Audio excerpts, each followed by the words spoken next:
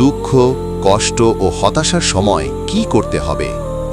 আসসালামু আলাইকুম ভাই ও বোনেরা, আজ আমরা জানব দুঃখ, কষ্ট বা হতাশার সময় একজন মুসলিমকে কি করতে হবে।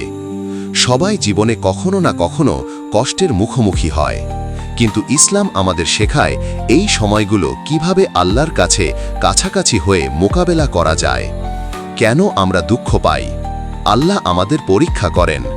কোরআন বলেছেন, আমরা তোমাকে পরীক্ষা করব কিছু ভয় এবং ক্ষুধার মাধ্যমে।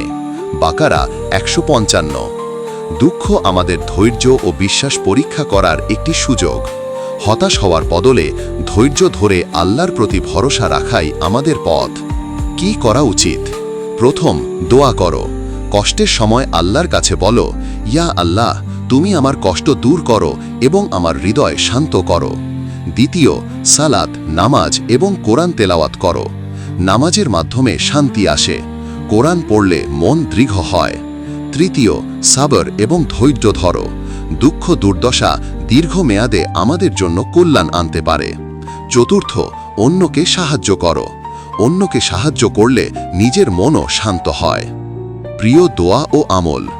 দুঃখ ও কষ্ট দূর করার একটি শক্তিশালী দোয়া হল, আল্লাহুম্মা ইন্নী আউযু বিকা মিনাল হাম্মি ওয়াল হাজানি ওয়াল আজজি ওয়াল কাসালি। বাংলায়, হে আল্লাহ, আমি তোমার কাছে আশ্রয় চাই চিন্তা, দুঃখ, দুর্বলতা ও অলসতা থেকে। রাতের নামাজ ও দোয়া পড়লে মন শান্ত হয়। এছাড়া সদকা দেওয়া কষ্ট দূর করার একটি শক্তিশালী হাতিয়ার। মন শান্ত রাখার উপায়। মন শান্ত রাখতে 1. আল্লাহর স্মরণ ধিক্কার করো। 2. ভালো বন্ধু বা পরিবারকে সঙ্গে রাখো। 3. ছোট ছোট আনন্দ খুঁজে পাও।